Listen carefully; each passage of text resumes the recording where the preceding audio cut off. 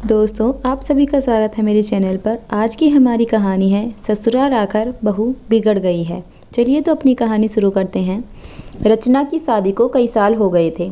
सब बढ़िया था। छोटी बहू होते हुए भी वो बड़ी का हर फर्ज निभाती थी, क्योंकि बड़ी बहू तो आते ही अलग हो गई थी। रचना के सास ससुर को हर काम के लिए रचना ही लगती थी, फिर भी वो उसकी बुराई करना नहीं छोड़ते थे। और सबसे बड़ी बात, बुराई भी अक्सर उसके ही परिवार वालों से करते थे, जो रचना को बचपन से जानते थे, या फिर रचना की सहेलियों से, या खुद के मायके वालों से। पहली बार जब शादी के बाद रचना की दोस्त आई तो सासू माँ ने उससे ही रचना की बुराई करना शुरू कर दी। जब रचना को पता लगा तो उसने अपने पति नीलेश से कहे माँ जी को समझवा दिया था कि कम से कम जो लोग उसे जानते हैं उनसे तो उसकी बुराई कर खुद की जगहसाई ना करवाएं। पर उन्होंने ना सुनी, बल्कि और ये आदत ही बन गई थी।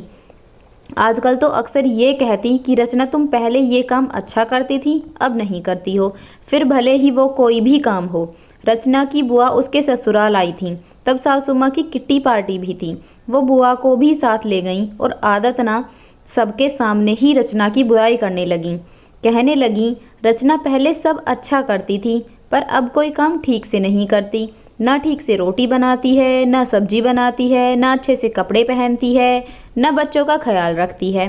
वो और कुछ बोलती इससे पहले ही रचना की बुआ बोल पड़ी, लगता है ससुराल में आकर बिगड़ गई है, क्योंकि हमारे घर की तो वो बड़ी बेटी है और सारा घर और ऑफिस दोनों अच्छे से संभालती थी और बड़ों से लेकर बच्चों तक सभी का ध्यान भी रखती थी।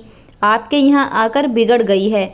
ऐसा कीजिए, महीने 2 महीने जमाई सा के साथ उसे मायके भेज दीजिए, हम सुधार कर भेज देंगे।